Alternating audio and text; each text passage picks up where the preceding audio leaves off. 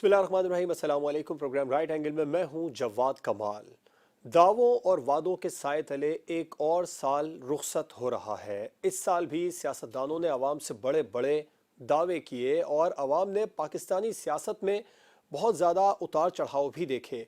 हमने देखा कि अक्सरियत होने के बावजूद तारीख में पहली बार एक वज़ीर आज़म अक़लियत में तब्दील हुआ। 13 जमातों ने मिलकर एक इत्तेहाद बनाया और उस इत्तेहाद ने अक्सरियती वज़ीर आज़म को, अक्सरियती जमात को अक़लियत में बदल कर रख दिया। और जो दावे, जो वादे किए गए थे, उसके बरक्स इक़दामात भी होते नजर आए। और अब खुद ये 13 जमातों पर मुश्तमिल इत्तेहाद की मुख्तलिफ जमातें इस बात का एतराफ़ कर रही हैं कि रिलीफ के नाम पर हुकूमत ली, लेकिन रिलीफ देने में नाकाम रहे।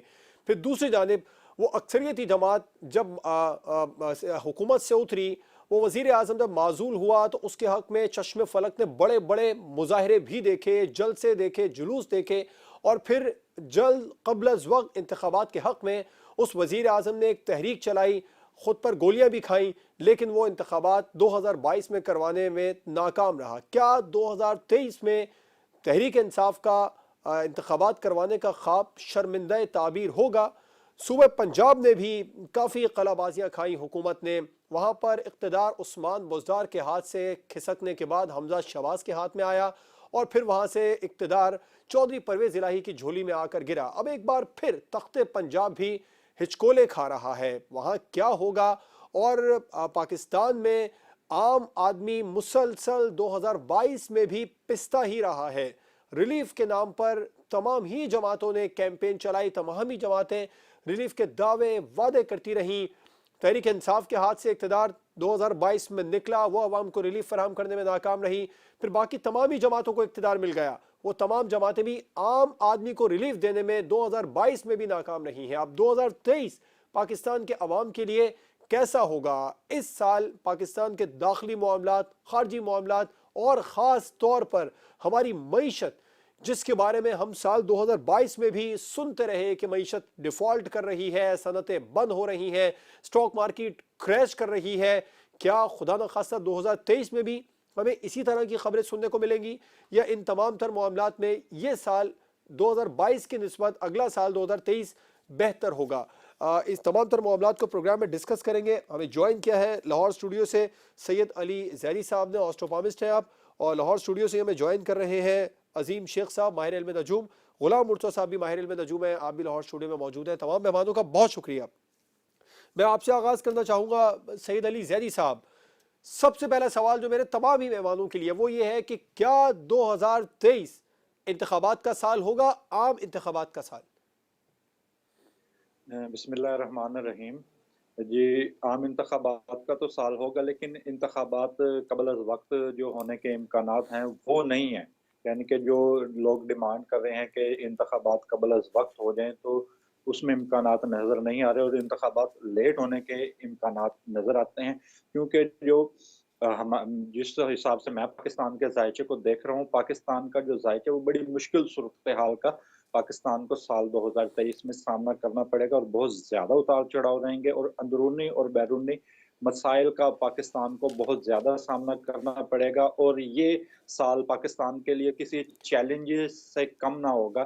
माशी सूरत-ए-हाल में ख़ुसूसी तौर पर पाकिस्तान को मुश्किलात रहेंगी, और यूँ कह लें कि हर हवाले से कुदरत जो है वो पाकिस्तान को परखेगी और पाकिस्तान का इम्तिहान लेगी, ज़ायचे के हवाले से। लेकिन बहुत से एस्ट्रोलॉजर की नज़र में ये बहुत खुशाइंद साल है, लेकिन मैं खुदा न ख़ास्ता मेरा इल्म जो है वो इस तरीके से नहीं बता रहा कि मैं इस पर कहता हूँ कि खुदा करे कि मैं गलत हो जाऊँ। पाकिस्तान के लिए साल अच्छा हो, लेकिन ज़ायचे में मुझे नज़र नहीं आता सैलाब, ज़मीनी फ़िज़ाई हादसात, कुदरती आफ़ात, वो मुझे इसमें ज़रूर नज़र आती हैं। लेकिन जो इसमें कहते हैं कि रिलीफ मिलना या बैरून मुल्क से सरमायाकारी आनी, बैरून मुल्क से सरमायाकारी आएगी, लेकिन उसमें बहुत कम इम्कानात हैं, और पाकिस्तान को अंदरूनी और बैरूनी खतरात बहुत ज़्यादा रहेंगे। सरहदों पर कशीदगी रहेगी, सैलाब की सूरत-ए-हाल पाकिस्तान में रहेगी, और जहाज़ों और ट्रेन के हादसात खुदा न खास्ता बहुत ज़्यादा होंगे। और इस साल में यूँ कह लें कि अच्छी खबरें फ़िलहाल पाकिस्तान के लिए नहीं हैं। अगर इस सूरत-ए-हाल में इंतखाबात हो जाता है, तो वो यूँ कह लें किसी मुआज़े से कम ना होगा। गुलाम मुर्तज़ा साहब, क़ब्ल अज़ वक़्त इंतखाबात हों या ना हो, 2023 पाकिस्तान में इंतखाबात का साल होगा? इस सवाल का जवाब पाकिस्तान का हर अवाम और हर सियासी जमात चाहती। शुक्रिया जी, सबसे पहले आपने इनवाइट किया। सबसे पहले तो मैं ये अर्ज़ करता चलूँ कि ये जो नॉलेज है हमारा, हाँ पापिस्ट्री है, हाँ एस्ट्रोलॉजी है, ये प्रोबेबिलिटीज़ का नॉलेज होता है पॉसिबिलिटीज़ का। ठीक। लेकिन ये पॉसिबिलिटीज़ बहुत स्ट्रांग किस्म की पॉसिबिलिटीज़ होती हैं, रूटीन की नहीं होती। जहाँ तक इलेक्शन का ताल्लुक है, इलेक्शन मुश्किल नज़र आता है, नामुमकिन तो नहीं मैं कहूँगा। इस वक्त भी पाकिस्तान का जो 10th हाउस है वो केतु राहु की जद में है, और सैटर्न जो है वो 10th हाउस में मूव कर रहा है। तो इलेक्शन अगर हुआ भी तो बड़ी अनसर्टेनिटीज़ में होगा, और nobody will accept the results of the election. तो ये इलेक्शन अगर हुआ तो एक और बहरान को जन्म देगा। तो चांसेस, मैं एग्री करता हूं अपने दोस्त से जिन्होंने अभी पहले कमेंट्स किए, चांसेस जो हैं आगे बढ़ने के, इलेक्शन किसी न किसी सूरत में, क्या सूरत होती है वी डोंट नो, लेकिन चांसेस मौजूद हैं कि ये इलेक्शन डिले होने के चांसेस तो हैं। बाकी कबल अज़ वक़्त है, कबल अज़ वक़्त तो मुझे नहीं लगते। वो मैं पिछले साल भी कहा था कि मुझे नहीं लगते। अनसर्टेनिटीज़ पाकिस्तान की चलती रहेंगी, स्ट्रगलिंग पीरियड चलता रहेगा, और सबसे बड़ी चीज़ ये है कि पॉलिटिकल पार्टीज़ जो हैं वो डिस्क्रेडिट होती रहेंगी, लीडर्स डिस्क्रेडिट होते रहेंगे, ये सब कुछ एक्सपोज होता रहेगा। वो लीडरशिप आपकी एस्टेब्लिशमेंट की भी हो सकती है, वो लीडरशिप आपकी जुडिशरी की भी हो सकती है, वो लीडरशिप आपका पॉलिटिकल और इवन रिलीजियस लीडरशिप भी हो सकती है। तो अनसर्टेनिटी में ये मामला चलता रहेगा, लेकिन मेरा नहीं ख्याल कि पाकिस्तान डिफॉल्ट करेगा, क्योंकि 10th अच्छा, हाउस एक बात से गुलाम मुर्तज़ा सेकंड साहब हाउस बताइएगा, को आपने जी कहा अली जैदी साहब ने भी कहा कि जी इंतखाबात का साल नहीं होगा। इंतखाबात 2022 में भी नहीं हुए, लेकिन हुकूमत तब्दील हो गई। कुछ इस तरह के इम्कानात होंगे कि इंतखाबात ना हो, हुकूमत फिर तब्दील हो जाए? Yes, possibilities are there. ये जो मौजूदा गवर्नमेंट है ना, ये नाइट वॉचमैन नहीं जिस तरह होते, नाइट वॉचमैन की गवर्नमेंट है, और मैं नहीं समझता ये गवर्नमेंट बड़ी कोई कंटिन्यूटी तो है, तसलसल है। कुछ और चीज़ें, कुछ और किस्म की डेवलपमेंट्स हो सकती हैं। और जो आप ये सुन रहे हैं कि एक ऐसा सेटअप टेक्नोक्रेट। जिसको हम टेक्नोक्रेट कहते हैं, उसकी पॉसिबिलिटीज़ मौजूद हैं, उसकी डेफिनेटली उसकी पॉसिबिलिटीज़ मौजूद हैं।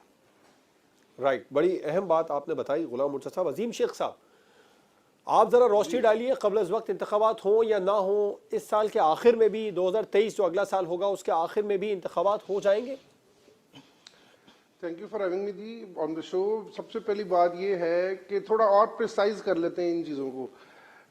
फर्स्ट क्वार्टर जो आ रहा है 2023 का, जनवरी फरवरी और मार्च, ये तो किसी भी तरीके से पाकिस्तान की पॉलिटिकल सिचुएशन के लिए बेहतर नहीं है।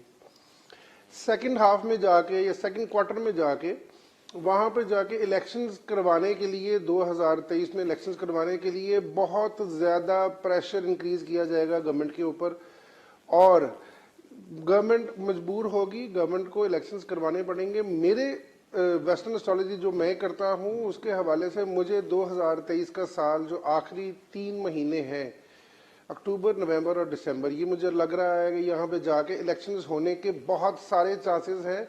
लेकिन जैसे गुलाम मुर्तज़ा साहब ने कहा कि मुश्किल होंगे, टफ होंगे इलेक्शंस, पार्टीबाजी का या नंबर गेम्स और वो सारी चीज़ें चलेंगी, लेकिन मुश्किल इलेक्शंस होंगे। इलेक्शंस होने के 80% चांसेस हैं कि 2023 में इलेक्शंस हो सकते हैं। राइट। अच्छा, अजीम शेख साहब, आप ये भी बताइएगा, जिस तरह गुलाम मुर्तज़ा साहब ने कहा कि मैंने उनसे जब सवाल किया कि हुकूमत तब्दील हो जाएगी इलेक्शन हो या ना हो, आप इस पर क्या कहेंगे? अगर हो जाएगी, आपको भी लगता है जो अफवाहें, जो बातें, जो शोशे छोड़े जा रहे हैं टेक्नोक्रेट हुकूमत की, जो खबरें आ रही हैं, कुछ इस तरह का सेटअप आ सकता है इंतखाबात ना हुए? अच्छा, टेक्नोक्रेट गवर्नमेंट के बारे में और सदारती निज़ाम का एक दफ़ा फिर दोबारा आवाज़ उठाई जाएगी जनवरी के एंड में और फरवरी में, कि एक सदारती निज़ाम टाइप को ऐसी चीज़ बनाई जाए जहाँ पे जाके सिर्फ ऊपर प्रेसिडेंट हो, नीचे एडमिनिस्ट्रेटर हो। वैसी एक दोबारा सदारती निज़ाम की आवाज़ दोबारा स्टार्ट होगी, दोबारा उसकी कैंपेन स्टार्ट होगी, और उस पर भी गौर किया जाएगा, उस पर भी गौर किया जाएगा। ऐसा भी होगा, लेकिन जब भी इलेक्शंस होंगे जमातों का इत्तेहाद होगा। और मुझे ये लग रहा है कि पहले भी बात 2-3 और फोरम पे भी हो चुकी है, या मैंने की है, कि काफ लीग जो इस वक्त पीटीआई की इत्तेहादी है, हो सकता है कि वो इत्तेहाद छोड़ के किसी और पार्टी के साथ, नून लीग के साथ इत्तेहाद करके आगे गवर्नमेंट बनाने की दोबारा सीट्स को या नंबर गेम्स को बेहतर करने के चांसेस में आ जाए? अली जानी साहब, आप समझते हैं कि इंतखाबात, जैसे गुलाम मुर्तज़ा साहब ने कहा कि इंतखाबात तो उन्हें होते नज़र नहीं आ रहे, लेकिन उनसे जब सवाल हुआ, ये सवाल मैं आपसे भी करता हूँ, इंतखाबात अगर ना भी हुए तो हुकूमत तब्दील हो जाएगी? क्योंकि 2022 में बगैर इंतखाबात के हुकूमत तब्दील हो गई, 23 में भी ऐसा होगा? नहीं, हुकूमत फिलहाल तो तब्दील होती नजर नहीं आ रही। हुकूमत सिर्फ जो तब्दील होनी है वो इंतखाबात के नतीजे में तब्दील होगी। हाँ, मुल्क के अंदर छोटी छोटी तब्दीलियाँ होती रहेंगी। जैसे ये पंजाब की हुकूमत है, इसमें कुछ थोड़े बहुत तब्दीली हो सकती है कि अब इसमें पीटीआई की हुकूमत है, तो मुमकिन है कि चंद आने वाले दिनों में ये नून लीग की हुकूमत हो जाए। और यहाँ पर मेरे पहले दोस्त ने बात की है कि जो मेरा इल्म कहता है वो इससे ज़रा मुख्तलिफ है काफ लीग के बारे में। मेरा इल्म ये कहता है कि पीटीआई काफ लीग से सीट एडजस्टमेंट कर लेगी और इनको अपने अलग से, यानी कि जिस जगह पर ये खड़े होंगे उस जगह पर पीटीआई वाले लोग इनसे कोई मुआहिदा तय कर लेंगे। इस तरीके से ये चलेंगे और काफ लीग पीटीआई के साथ ही रहेगी। मेरे इल्म यही कहता है। और चौधरी परवेज इलाही के हवाले से अगर मैं करूं, क्योंकि इस वक्त तो वही उनके सरबराह हैं, तो उनका भी फिलहाल जो उनकी शमसी लाइन है वो मुझे डिस्टर्ब नजर आती है। और इम्कानात ये है कि थोड़े दिनों के अंदर इम्कानात ये है कि उनकी तब्दीली मुतवक्के है। गुलाम मुर्तज़ा साहब, तख्ते पंजाब की बात करें तो क्या वहाँ पर आपको लगता है वहाँ पर आम इंतखाबात हो ना हो, ज़िमनी इलेक्शन हो या ना हो, लेकिन वहाँ इक़्तिदार इस वक्त टेबल टर्न होती है, आप देख रहे हैं? देखें, जो एस्ट्रोलॉजी में बहुत एक मुश्किल काम होता है वो स्पेसिफिकेशन होता है। एक जनरल आपको हालात का, वाक़यात का तो पता चल जाता है कि टर्माइल है। अब टर्माइल में निटी ग्रिटीज क्या होती हैं वो बहुत मुश्किल होता है काम करना। अनसर्टेनिटी यहाँ मौजूद है, अनसर्टेनिटी फेडरल में भी मौजूद है, और वो आप केयर टेकर बना लें शुरू में, उसको प्रोलॉन्ग कर लें, या यहाँ कुछ ऐसा कोई सेटअप जो है पंजाब में उसको चेंज करें, तो अनसर्टेनिटीज तो भरा पड़ा है। अनसर्टेनिटीज तो इतनी है कि कुछ भी हो सकता है। अब वो परवेज लाई साहब हैं, वो तीनों तरफ किसी के पास भी जा सकते हैं। वो पीपल्स पार्टी में भी जा सकते हैं, वो नून में भी जा सकते हैं, इवन वो पीटीआई का तो ऑलरेडी हिस्सा है। इसको फिर उनका जो को डैमेज हुआ है उनका रिलेशनशिप, उसको ये रिपेयर कर सकते हैं और अपने मामलात को एक मैरिज ऑफ कन्वीनियंस को थोड़ा सा और भी बढ़ा सकते हैं। राइट। आप क्या समझते हैं अजीम शेख साहब, पंजाब में इक़्तिदार फिर से बदल जाएगा? क्योंकि 2022 में हमने 2 बार इक़्तिदार बदलते देखा, उस्मान बुज़दार साहब से हमजा शहबाज, फिर चौधरी परवेज़ इलाही, और फिर दोबारा चौधरी परवेज़ इलाही साहब के पास ही आया। तो क्या अब 2023 में भी तख्ते पंजाब घूमता रहेगा, टर्न होता रहेगा, इचकोले खाता रहेगा? अच्छा, असम्बलियाँ टूटने की जो बातें हो रही हैं कि जनवरी में असम्बलियाँ तोड़ देंगे, पहले दिसंबर में तोड़ रहे थे, नवंबर में बात हुई, दिसंबर में आई, जनवरी तक गई।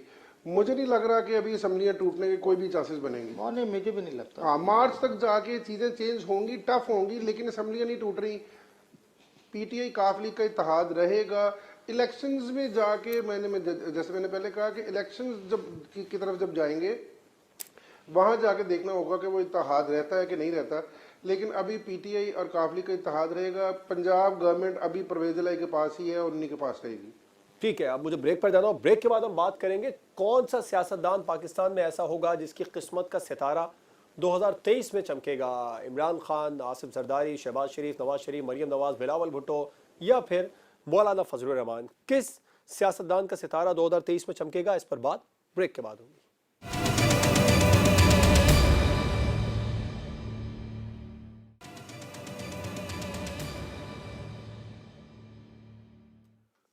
Welcome back. माहिर इल्म नुजूम का एक पैनल हमारे पास मौजूद है और हम बात कर रहे हैं 2023 पाकिस्तान के लिए कैसा रहेगा। अब प्रोग्राम में हम बात करेंगे कि इंडिविजुअली कौन सा सियासतदान पाकिस्तान में, किस सियासतदान की किस्मत का सितारा चमकेगा। क्या इमरान खान 2023 में एक बार फिर से पाकिस्तान के वजीर आजम बन पाएंगे या फिर मौजूदा सेटअप ही दोबारा बरसर इक़्तिदार आएगा?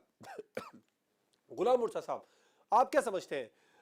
मैं इंडिविजुअली आपसे जानना चाहूँगा, इमरान खान, नवाज शरीफ, शहबाज शरीफ, मौलाना फजलुर रहमान, आसिफ जरदारी, बिलावल भुट्टो, मरियम नवाज या मौलाना फजलुर रहमान, इन सब में से किसकी किस्मत का सितारा चमकेगा? सर एक और ये भी बताएगा, नवाज शरीफ साहब को 2023 में आप पाकिस्तान में देख रहे हैं? देखें, नवाज शरीफ का जायका मेरे पास नहीं है। उनकी डेट ऑफ बर्थ बहुत ट्रिकी है और वो कोई मेरा ख्याल ऑथेंटिक भी नहीं है। अच्छा। बिलावल का है और इमरान खान साहब का है। इमरान खान साहब तो अंडर प्रेशर हैं, ये जून तक मसलसल अंडर प्रेशर रहेंगे और ये मज़ीद डेंट पड़ेगा उनको। अभी आप ये देखें इस माह उससे अगले माह ये मज़ीद डेंट पड़ेगा और जब तक ये जून तक कोई स्टेबिलिटी उनको आती है बहुत कुछ ये लूज़ कर चुके होंगे। तो फिर किसकी किस्मत का सितारा और चमकता देख रहे हैं? किस्मत, मैं तो सबकी किस्मत का सितारा इस वक्त सियासतदानों की किस्मत का सितारा तो बुरा ही देख रहा हूँ सारा। अच्छा। लेकिन है बिलावल ठीक है, वो सेकंड रो में कुछ बेहतर प्ले कर जाएगा और मरियम नवाज का स्कोप ज़रूर मौजूद है। तो शहबाज शरीफ साहब तो मेरी नज़र में ये तो नाइट वॉचमैन है अच्छा। और उनका नवाज शरीफ का बेसिकली मेरे पास जायचा नहीं है उनके, तो मैं उस पर कमेंट नहीं कर सकता। इमरान खान साहब वैसे काफ़ी अंडर डिप्रेशन रहेंगे। इनका फर्स्ट हाउस, थर्ड हाउस और 12वां हाउस एक्टिव है, तो काफ़ी डिस्टर्ब भी रहेंगे और इनके हेल्थ इश्यूज भी रहेंगे और डिस्क्रेडिबिलिटी इनकी और बढ़ेगी, इनकी पर्सनैलिटी को और डेंट लगने के चांसेस मौजूद हैं। जून तक ये कोई इनको स्टेबिलिटी आती है, लेकिन जून तक बहुत कुछ हो चुका होगा। मरियम नवाज साहिबा को खामोशी तोड़ता देख रहे हैं आप 2023 में? यस, उसकी उसकी उसकी पॉसिबिलिटी है। उनका हाथ भी जो है वो इसी किस्म का है। वो बड़ी सोशली डेविएट करने वाली खातून है। उसकी जब मैंने प्रोग्राम किया था कि उनकी जो लिटिल फिंगर है बहुत बाहर की तरफ निकलती है और अंगूठा उनका काफ़ी रेजिलियंट है। तो ऐसे लोग कंप्रोमाइज़ नहीं करते और जो सोशल नॉर्म्स हैं को ज़रूरी नहीं उनको साथ लेके चले। कौन क्या कहता है इससे उनको कोई फ़र्क नहीं पड़ता और वो कंप्रोमाइजिंग उनका वो कभी भी नहीं होगा। जिस तरह अब शहबाज शरीफ साहब का देखिए ना, शहबाज शरीफ का अंगूठा बहुत फ्लेक्सिबल है, तो ऐसे लोग एडजस्ट कर लेते हैं, अडॉप्ट कर लेते हैं नए सर्कमस्टांसेस में। जबकि बड़े मियाँ साहब उनका अंगूठा काफ़ी स्टिफ है और ऐसी ही कंडीशन मरियम नवाज की है। और अगर किसी ने को टफ टाइम दिया नून लीग की तरफ से तो वो मरियम नवाज होगी जो टफ टाइम देगी। राइट। इमरान खान को जेल जाता देख रहे हैं आप, क्योंकि दावे बड़े किए जा रहे हैं हुकूमत की जानिब से? मैं थोड़े से मुहतात अल्फाज इस्तेमाल करूंगा। मैं उनको रिस्ट्रिक्टेड होता देख रहा हूँ। रिस्ट्रिक्टेड, वो रिस्ट्रिक्शंस की कोई भी सूरतें हो सकती हैं। मैंने धरने से पहले भी मैंने कहा था कि जी मैं रिस्ट्रिक्शंस देख रहा हूँ, तो रिस्ट्रिक्शंस उनके हादसे की सूरत में होगी और रिस्ट्रिक्शन को दूसरी सूरतों में हो सकती है। बहुत ज़्यादा अंडर प्रेशर हैं इमरान खान साहब और उनका 1, 3, 6, 12 ये सारे हाउसेज एक्टिव हैं को जो कोई अच्छी इंडिकेशन नहीं दे रहे। इस वक्त इमरान खान की असल जंग मेरा ख्याल है कि बाहर से ज़्यादा अपनी ज़ात के साथ है। इमरान खान साहब बहुत अंडर प्रेशर हैं। अजीम शेख साहब, इमरान खान, नवाज शरीफ, शहबाज शरीफ, मौलाना फजलुर रहमान, बिलावल भुट्टो, आसिफ जरदारी, मरियम नवाज, इनमें से किसकी किस्मत का सितारा चमकेगा 2023 में? अच्छा, सबसे पहले बात स्टार्ट कर लेते हैं बिलावल से। बिलावल बहुत ज़बरदस्त किस्म के बहुत अच्छे तरीके से एक्टिव हो रहे हैं 2023 में और इलेक्शन की तरफ जब अगर जाएंगे और सारी चीज़ें करेंगे तो जरदारी साहब को थोड़ा सा अपना हेल्थ इश्यूज की वजह से थोड़ा सा बैकफुट पे आना पड़ेगा। लेकिन आसफा भुट्टो और बिलावल ये दोनों बहुत ज़्यादा एक्टिव होंगे इलेक्शन की कैंपेन में। आ जाते हैं मरियम नवाज शरीफ की तरफ। मरियम साहबा का जो पिछला हॉलीडे पीरियड चल रहा था वो प्रलॉन्ग होगा और वो जून और जुलाई सेकंड हाफ ऑफ 23 उसके बाद सेकंड क्वार्टर के बाद वो थोड़ी एक्टिव होंगी, लेकिन इतना ज़्यादा रोल प्ले नहीं करेंगी। क्राउड पुलर वो हैं, वो कर सकती हैं सारी चीज़ें, लेकिन ये है कि इलेक्शन की तरफ जाते हुए उनकी तरफ से ट्वीट्स की हद तक या जलसों की हद तक चीज़ें ठीक रहेंगी। तीसरी बात आपने पूछी मियां नवाज शरीफ की वापसी की। मियां नवाज शरीफ की वापसी अभी आपको जून तक तो नज़र नहीं आती हमें, और जून के बाद जाके जब इलेक्शन अनाउंस होंगे वहां पे जाके उनकी वापसी का एक चांस ज़रूर बनेगा और तकरीबन 50-50 चांसेस है कि वो वापस आ सकते हैं इलेक्शन कंटेस्ट करने के लिए। नेक्स्ट आ जाते हैं इमरान खान साहब की तरफ। इमरान खान साहब का जैसे गुलाम मर्तज़ा साहब ने बताया बहुत ज़्यादा डिफ़िकल्ट हॉरोस्कोप है और 6 महीने 7 महीने बहुत डिफ़िकल्ट है। हेल्थ इश्यूज, डीफेम, स्कैंडल्स, बाकी सारी चीज़ें और एलिगेशंस, बहुत ज़्यादा टफ टाइम मिलेगा इनको। इनके अपनी टीम की वजह से अपनी वजह से भी होगा, अपनी टीम की वजह से बहुत ज़्यादा एलिगेशंस का सामना होगा और वो स्कैंडल्स बनेंगे और बहुत ज़्यादा डीफेम होने के चांसेस है, जहाँ जाके इनकी पॉपुलैरिटी जो इस वक्त बहुत ज़्यादा है वो बहुत सारी कम होगी। और दूसरी बात, इनको पुराने लोग जो इनको छोड़ के गए हैं उनकी तरफ से वापस इनको साथ मिलाने की और वो सारा अलाइंस होने की चांसेस बनेंगे। अलीम खान की तरफ से, जहांगीर की वजह से वो दोबारा अलाइंस होने की पोजीशन में आएंगे, उस वजह से भी ये डीफेम होंगे पॉलिटिकली। तो इसलिए मुझे ये लग रहा है कि पीटीआई यानी कि आप ये कहना बहुत चाह सारी रहे मेहनत हैं, करेगी। इसी बात का इशारा गुलाम मुर्तज़ा साहब ने भी दिया कि दीगर सियासतदानों की किस्मत का सितारा चमके ना चमके, इमरान खान साहब का जरूर डूब रहा है। जी ऐसा ही है। अली जैदी साहब, आप भी मुत्तफिक है इस बात से? ये जो इमरान खान की अगर हम बात करें तो इनकी लाइफ लाइन के साथ एक स्पोर्टिंग लाइन है। ये उसको जाहिर करती है कि जो लोग पसे पर्दा रहकर मदद कर रहे हों, जिसमें हम कह सकते हैं कि जो इनके दो सियासी सपोर्टर थे जो अब के नहीं हैं, और जैसे इदारे, क्योंकि जो इनकी लाइफ लाइन के साथ जो स्पोर्टिंग लाइन है वो बिल्कुल इस वक्त मध्यम पड़ गई है। तो मेरा इल्म ये नहीं कहता कि वो दोबारा आकर इनसे मिलेंगे, और जो इनसे दोस्त दूर हो चुके हैं वो हो चुके हैं, और जो इदारे इनसे दूर हैं वो दोबारा इनकी सपोर्ट हरगिज नहीं करेंगे। और दूसरी बात यह है कि इनकी शमसी लकीर भी फिलहाल मुझे डिस्टर्ब नजर आती है, तो इनकी जो शोहरत है वो मजीद दागदार होगी, और यूं कह लें कि इनकी अब मकबूलियत बढ़ने के इम्कानात नहीं है, यानी कि मुस्बत शोहरत अभी इनको नहीं मिलेगी, और इनकी किस्मत की लकीर जो है वो जाकर दिल पर रुकती है, जिसका मतलब ये है कि किसी बड़े अहम काम में इनको नाकामी होगी। और यूं कह लें कि यहाँ से इनका जो सियासी कैरियर है वो इख्तिताम या गरूब होने की तरफ चला जाएगा। मजीद इनके स्कैंडल नजर आएंगे, और इनकी खसूसी तौर पर एक ये बात है कि ये तो पक्की बात है कि ये फिलहाल अब दोबारा वजीर आजम नहीं बनेंगे, क्योंकि इनकी शमसी लकीर जो जाहिर करती है इक़्तिदार को पर ना कट लगे हुए नजर आ रहे हैं। और इनकी जिंदगी की एक बड़ी अहम बात सोचता हूँ कि उस पर बात करनी भी चाहिए या नहीं करनी चाहिए, लेकिन खैर उनका निजी भी मामला है और पूरी दुनिया देखती भी है और सुनती भी है। जो इनकी अजवाजी लकीर है जो वो बहुत ज्यादा इस वक्त डिस्टर्ब है, तो जो इनकी मौजूदा अजवाजी जिंदगी है, और मेरा इल्म ये कहता है कि उसके ये साल उसके इख्तिताम का साल होगा। सर और वो अब तो हम बात गालबान इमरान खान साहब की करें डिस्टर्ब ही रही है कि उम्र मौलाना भरी। फजलुर रहमान के हवाले से अगर जी बिल्कुल बिल्कुल उनका वो मैरिज का जो खाना है वो फिलहाल उनका डिस्टर्ब है, और ये वालिदी शादी जो है इख्तिताम पजीर इसी साल के अंदर, इसका भी आप फैसला देख राइट। लेंगे। अच्छा इसका चले, भी इमरान खान इख्तिताम साहब पर बात हो अच्छा गई, नहीं आप होगा। भी यही कहना चाह रहे हैं कि और उनकी मैं किस्मत एक का बात सितारा बढ़ाना डूबेगा। चाहूँगा, अली जैदी साहब की एक बात बढ़ाना मैं चाहूँगा, और जिन्होंने जरा कुछ फजलुर रहमान इंडिकेशंस पर दिए हैं बात जो जी करना जी, चाह रहा अली था। अली जैदी साहब मैं आता हूँ जरा, एक कामरान साहब, गुलाम मुर्तज़ा साहब कुछ कहना चाह रहे हैं जी। असल में देखें, सन लाइन भी ठीक है, फेट लाइन भी ठीक है, बहुत ज़्यादा जो रोल प्ले करती है इस ख़ास उम्र में, एज में, वो हमें ये भी देखना पड़ता है कि आपकी जो अर्थ लाइन है, जिसको हम ज़िंदगी की लाइन कहते हैं, वो कैसी है। ज़िंदगी की लाइन इस टाइम पीरियड में खान साहब की बैकवर्ड हो रही है, अंगूठे की तरफ डिप्लिक्ट कर रही है। तो एक ये सिंगल मोस्ट इंडिकेटर होता है ज़िंदगी की लाइन, बाकी सारी लाइनें भी अच्छी हों, आपकी बेस आपकी ज़िंदगी की लाइन ही डिपिक्ट डिफ्लेक्ट कर जे, तो ये एक नेगेटिव साइन होता है। और ये उस वक्त ये होता है कि बंदे को इतना डेंट पड़ता है कि ये बैक फुट पे चले जाता है, जो फ्रंट फुट पे बाहर ठीक है, निकल के खेल रहा होता है ठीक वो गुलाम विकेट साहब, बचाने के चक्कर में आ जाता है। बिल्कुल ठीक है। अच्छा अली जैदी साहब, ये इस पर रोशनी डालें, आपकी नज़र में कौन से सियासतदान की किस्मत का सितारा चमकेगा, वो मजीद उरूज पर आएगा?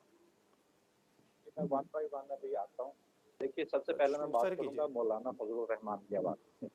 तो 4 साल तक इनको कोई यूं कह लें हुकूमती ओहदा या कोई वजारत मिलने के इम्कानात नहीं है। फिलहाल इनका जो सियासी जो मकबूलियत या सियासी जिसमें कोई इदारा या हुकूमती ओहदा हासिल कर सकें, वो फिलहाल मजीद 4 साल मुझे नजर नहीं आता। और उसके बाद अगर हम बात करें मरियम नवाज की, तो मरियम नवाज की मकबूलियत तो बढ़ेगी, लेकिन मुझे लगता है कि 2023 में वो भी कोई हुकूमती ओहदा, उनको भी कम इम्कान है कि ओहदा कोई हुकूमती मिले या किसी अहम जैसे कोई वजारत मिलने के इम्कानात फिलहाल नहीं है। और ये नहीं है कि उन पर अरूज नहीं होगा, बिल्कुल अरूज होगा, लेकिन जो उनका जायका है ना वो फिलहाल मुश्किलात का शिकार है, और उनके दिल और दिमाग की लकीर सिंगल है। ये यूं कह लें कि मुकाबला तो ये बहुत करेंगे, लेकिन मुझे मेरा जो इल्म ये कहता है कि इन पर मजीद मुकदमात कायम होंगे। और जो मेरा जायचा ये कहता है कि फिलहाल ये कभी भी, फिलहाल नहीं कभी भी ये वजीर आजम पाकिस्तान नहीं बन ठीक पाएंगे। है, जरा इनके मुख्तसर हाथ कीजिए अली जारी साहब, वो मरियम नवाज, बिलावल भुट्टो, नवाज शरीफ, शहबाज शरीफ, इनमें से किसकी किस्मत का सितारा चमकेगा, जरा उस पर रोशनी डालिए। शहबाज शरीफ का जो सितारा है वो फिलहाल सूरज की मानंद हो चुका है, वो बिल्कुल भरपूर चमक रहा है। जो मेरा इल्म कहता है कि वो आएंगे भरपूर, और उनकी शोहरत पहले से ज्यादा सर होगी। वो तो अब भी है, और वजीर अगर आजम है।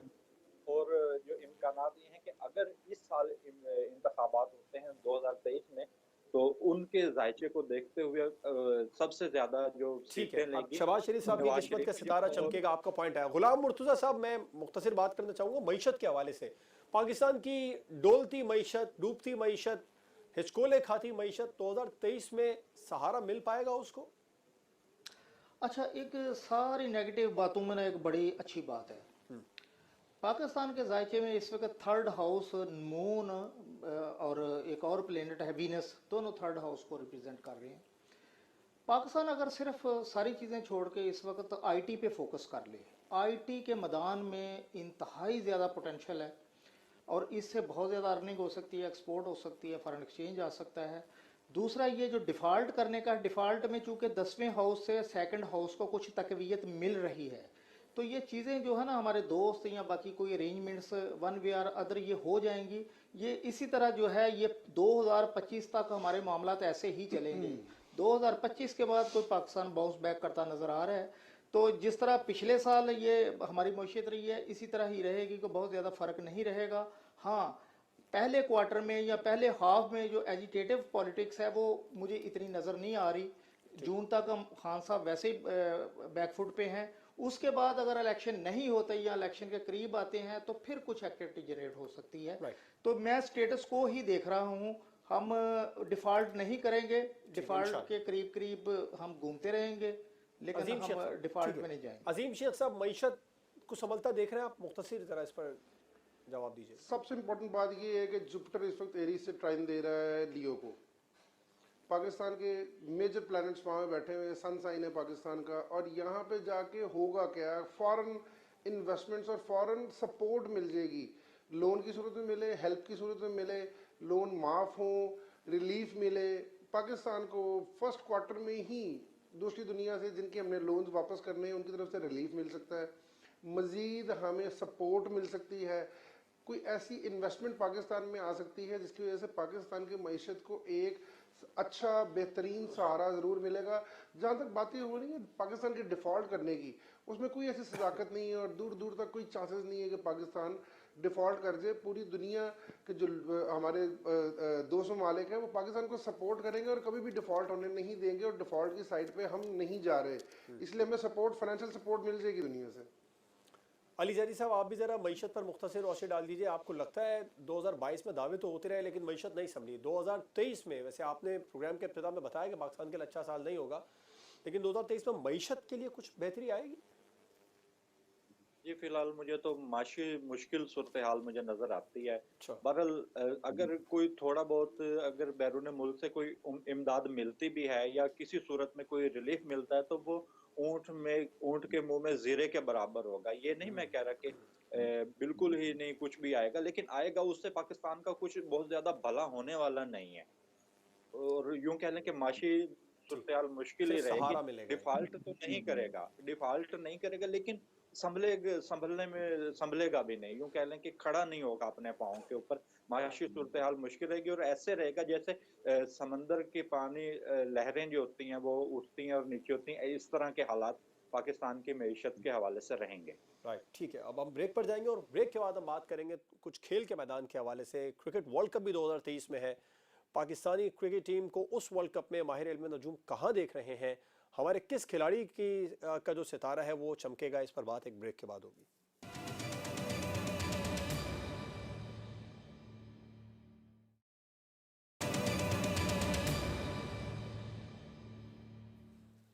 Welcome back. प्रोग्राम में अब बात खेल के मैदान से कर लेते हैं। खास तौर पर पाकिस्तान में सबसे ज्यादा खेला और देखा जाने वाला खेल क्रिकेट, इसका 2023 में ओडीआई वर्ल्ड कप आ रहा है।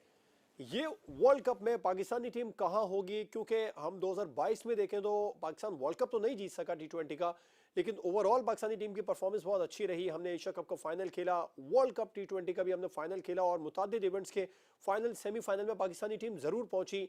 टॉप रैंकिंग में भी पाकिस्तानी प्लेयर्स नजर आ रहे हैं, चाहे वो ओडीआई के हों, चाहे टेस्ट के हों, चाहे वनडे T20 के हों, बॉलर्स बैटर्स सभी नजर आ रहे हैं। मुर्तज़ा साहब, आप क्या समझते हैं ये वर्ल्ड कप पाकिस्तान जीत जाएगी? मैं डायरेक्ट स्ट्रेट फॉरवर्ड सवाल कर लेता हूं, पाकिस्तानी टीम कहां होगी कहां नहीं होगी ये एक अलग बात है, पाकिस्तान को जीतता देख रहे हैं 2023 में आप क्रिकेट वर्ल्ड कप?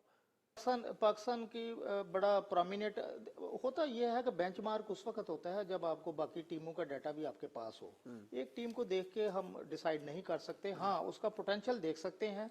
यहाँ जुपिटर चूंकि 11वें हाउस में है, 11वां हाउस 5th हाउस को एक्सपेक्ट करेगा, 3rd को करेगा, तो परफॉर्मेंस तो पाकिस्तानी टीम की अच्छी होगी। जितनी ये परफॉर्मेंस अब चल रही है ऐसी नहीं होगी, ये अच्छा खेलेगी और परफॉर्मेंस अच्छी होगी और पहली पोजीशनों में एटलीस्ट पहली पोजीशनों में कोई 2-3 जो पहली हैं मुझे वो वहां नजर आती हैं।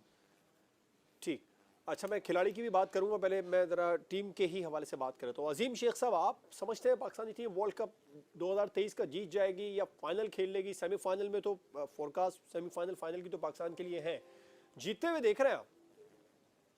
अच्छा, सेमीफाइनल और फाइनल की फोरकास्ट तो है, मुझे नहीं लग रहा वैसे। अच्छा, आप समझ रहे हैं पहले राउंड में अगर जी क्वार्टर्स में अगर पाकिस्तान टीम बाहर हो जाती है, थोड़ी सी परफॉर्मेंस बड़ी शेकी रहेगी और बड़ी, जैसे अभी वर्ल्ड कप में पाकिस्तान चांस के साथ ऊपर आए ऐसे आगे जाने के चांसेस जरूर हैं। लेकिन सबसे इम्पॉर्टेंट बात जो मुझे नजर आ रही है, जो मैं पहले भी कर चुका हूँ प्रेडिक्ट, लेकिन अभी मैं इस चैनल पे आपके साथ बिल्कुल इस बात को समझने लिए ब्रेक कर रहा हूँ, बाबर आजम की कप्तानी जाने के बहुत सारे चांसेस हैं। ठीक, नया कप्तान मिल रहा है आपकी टीम को। अच्छा, वो आप किसको बनता देख रहे हैं नया कप्तान? नया कप्तान नए लड़कों में से होगा कोई भी। शाहीन आफरीदी, जाहिर है सब पूरी टीम ही इस वक्त नहीं है पाकिस्तान की, तो नए लड़कों में से ही कप्तान बन हाँ सकता जी, है। हफीज के चांस भी दोबारा बन रहे थे और लोगों के भी चांस बन रहे थे और भी लड़के हैं जो थोड़े से पुराने हैं। लेकिन आज चीफ सेलेक्टर ने, अगर मैं आज के बयान की रोशनी डालूं तो चीफ सेलेक्टर ने 2022 के आखिरी दिन काफ़ी ज़्यादा तारीफ़ें की हैं कि हमारे पास कोई ऑप्शन नहीं है, पर परफॉर्मेंस के हवाले से भी और तमाम तर सूरत हाल के हवाले से भी हमें तो उसी को बैकअप करना पड़ेगा। सर, बयानात में और प्रैक्टिकली बड़ा फर्क होता है, लेकिन मैं क्योंकि एस्ट्रोलॉजी के हवाले से देख रहा हूँ, मुझे बाबर आजम की डेट ऑफ बर्थ मेरे पास है और मैं बहुत अरसे से उनके बारे में प्रेडिक्शंस कर रहा हूँ। साउथ अफ्रीका के दौरे में भी मैंने इनको बताया था कि ये जख्मी होंगे और पूरा जो टूर है वो नहीं खेलेंगे, तब भी वो नहीं खेले थे। मुझे अभी उनके बारे में लग रहा है कि बाबर आजम को इस वक्त अपनी सारी चीज़ों को मैनेज करना पड़ेगा। बहुत सारे चांसेस है कि बाबर आजम से कप्तानी जा सकती है, टीम का हिस्सा रहेंगे लेकिन कप्तानी जा सकती है। ठीक है, तीनों फॉर्मेट की जाएगी या नहीं जाएगी मैं इस पर बात करूंगा। अली जैदी साहब, आप क्या समझते हैं पाकिस्तानी क्रिकेट टीम 2023 का क्रिकेट वर्ल्ड कप जीत जाएगी? पाकिस्तान की जो परफॉर्मेंस है वो ओवरऑल बेहतर रहेगी और पाकिस्तान में क्रिकेट के अलावा दीगर खेलों में भी पाकिस्तान नुमाया मकाम बनाएगा और पाकिस्तान की अच्छी तरफ जाएगी मुस्बत क्रिकेट में, और जो क्रिकेट बोर्ड है उसमें तमाम चीज़ें मुस्बत होंगी। लेकिन जो पाकिस्तान की टीम है वो उसमें फिलहाल एक चीज़ देखनी होती है, वो कबल अज़ वक्त कह देना ये ज़रा अलग बात होगी, क्योंकि जिस दिन हो रहा होता है उस दिन का जायचा, उस दिन के, इसको हम कहते हैं इल्मुल साथ, ठीक है। तो उस घड़ी को देखना हो तो उस टाइम पीरियड को देखना होगा कि उस घड़ी में पाकिस्तान के सितारे क्या कहते हैं, लेकिन पाकिस्तान के फाइनल तक पहुंचने के इम्कानात मौजूद हैं। और जैसे कि बात हो रही थी बाबर आजम की कप्तानी के हवाले से, तो मेरा इल्म ये कहता है कि तीनों तर्ज के कप्तान नहीं रहेंगे, एक फॉर्मेट की कप्तानी इनसे ले ली जाएगी। इनको खुद चाहिए कि खुद से छोड़ दें तो बेहतर है, वरना इनको हटा दिया जाएगा। इनके बारे में शमसी लकीर मजबूत है और यूं कह लें कि इनका जो करैक्टर है क्रिकेट के हवाले से वो बहुत ज्यादा मजबूत होगा, और यूं कह लें कि ये एक नंबर पर आएंगे, पहले नंबर के ये हर फॉर्मेट में ये आ जाएंगे, इनकी जो परफॉर्मेंस है, क्योंकि इनकी शमसी लकीर मजबूत हो रही है और टीम को लेकर आगे भी चलेंगे।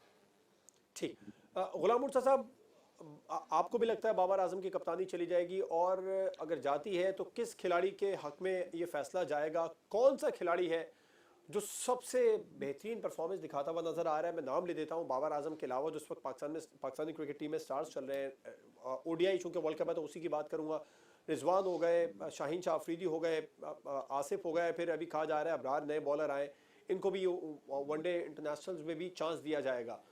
किस खिलाड़ी की को आप देख रहे हैं वो पाकिस्तान के लिए 2023 में छाया रहेगा? कप्तानी के काफ़ी सारे चांसेस हमारे जो विकेट कीपर हैं, जो पहले वाले सरफराज साहब, उनके चांसेस भी मौजूद हैं। बाबर साहब की मैं एग्री करता हूं कि बाबर साहब की कप्तानी इस वक्त एट स्टेक है। और दूसरा यह है कि शहनशाह जो अफरीदी है उसके भी चांसेस मौजूद हैं। ठीक। अजीम शेख साहब, आपको क्या लगता है, बहुत सारे खिलाड़ियों में से कौन सा खिलाड़ी है जो छाया रहेगा 2023 में पाकिस्तान के लिए?